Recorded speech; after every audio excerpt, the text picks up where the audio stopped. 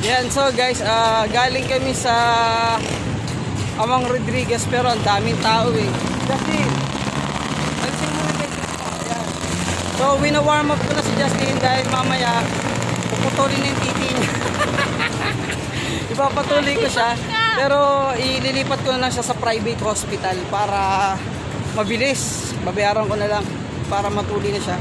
Pero konting story lang, nung kami tinuli, kasi grupo kami, sobrang saya. Kasi patapangan talaga. Tapos pagkatapos namin tinuli, umakyat pa kami ng puno ng duhat. Yan. Tapos kanya-kanya kaming baon ng dahon ng bayabas. Yung naramdaman ko nung tinuli ako, wala naman ako naramdaman nung tinuli ako eh. Kasi yung nilagay yung anesthesia, parang wala na akong panhid na ako, wala na akong pakiramdam. Pero yung kapatid ko, grabe, naghalo yung dugo at pawis niya. Si Tito Noel mo. Tapos, parang hindi na itutuloy ng doktor yung pagtuli sa kanya eh. So, pawis na pawis siya eh. Tapos sabi namin, puno ng kupal. Sabi namin, mag-isip ka ng mga bagay na masaya para matuloy yung tuli mo. Kumanta siya, sinabiwan at dito lagi mag-asawa. Ayun guys, so yun, awa ng Diyos, natuli kami nun.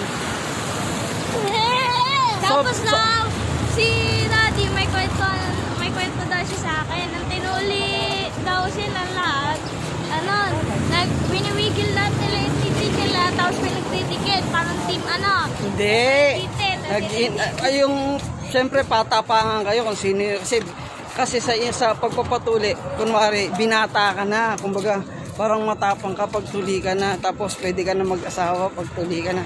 Ngayon, bakit ang pagkasabi mo sa minsan hinahampas ng tropa namin yung mga titi namin. Kaya sakit nun, lalo pag tumitigas, ang sakit talaga.